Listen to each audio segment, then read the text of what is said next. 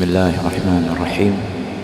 الحمد لله رب العالمين والعاقبة للمتقين، وصلى الله وسلم على نبينا محمد وعلى آله وصحبه أجمعين. أما بعد، Allah subhanahu wa ta'ala anasema ndani ya Qur'an, walaqad karramna bani adam wa hamalnahum fil barri wal bahri ورزقناهم من الطيبات وفضلناهم على كثير ممن خلقنا تفضيلا.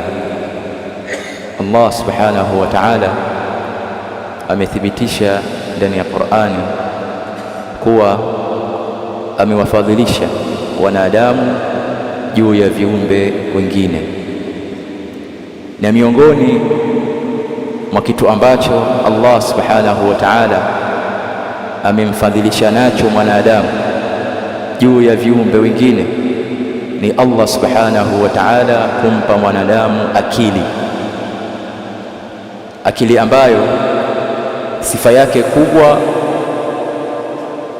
ni kupima mambo kwa kipimo kilichokuwa sahihi, akili ambayo sifa yake kubwa ni kutanguliza kilichokuwa bora juu ya kilichokuwa duni, na kutanguliza kilichokuwa kitukufu juu ya kilichokuwa dhalili. Allah subhanahu wa ta'ala amempa mwanadamu akili liya'mala bimuqtada, ili mwanadamu huyo afanyie kazi kile kinachohitajiwa na akili, nacho ni kutanguliza kilichokuwa bora juu ya kilichokuwa dhalili.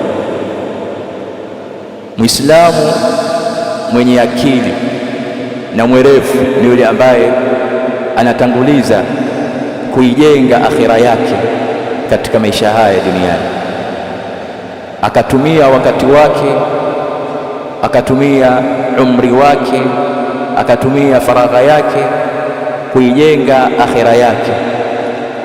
Na hili ni jambo ambalo Waislamu wengi tumenyimwa na tumezembea katika hili, kutumia nyakati na kutumia fursa kinyume na matendo yenye kumridhisha Allah subhanahu wa ta'ala, hali ya kuwa hizi nyakati na hizi faragha na huu umri ambao Allah subhanahu wa ta'ala ametupa ndiyo khazainul a'mal, ndio hazina ya matendo yako.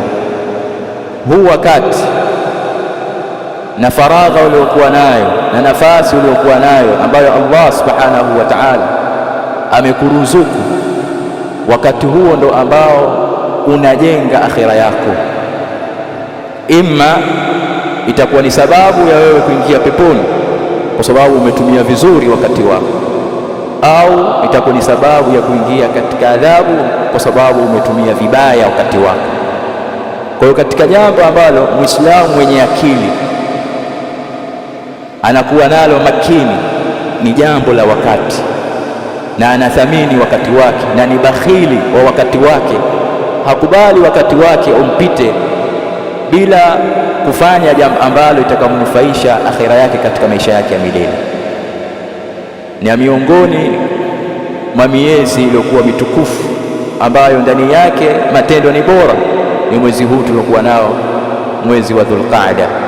Kwa tujitahidini ndani ya mwezi huu kukithirisha matendo mema yenye kumridhisha Allah subhanahu wa ta'ala, tukijiepusha na yale ambayo Allah subhanahu wa ta'ala anayachukia katika madhambi na yale aliyoharamisha, kama Allah subhanahu wa ta'ala alivyoeleza ndani ya Qur'an kuwa hii miezi ni miezi 12, lakini ndani yake kuna miezi minne mitukufu.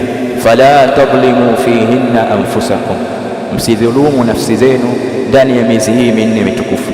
Kwa hiyo tujitahidini kutenda matendo ya kheri, matendo mema, matendo yenye kumridhisha Allah subhanahu wa ta'ala, na kujiepusha na yale yote ambayo Allah subhanahu wa ta'ala ameyaharamisha na kuyakataza.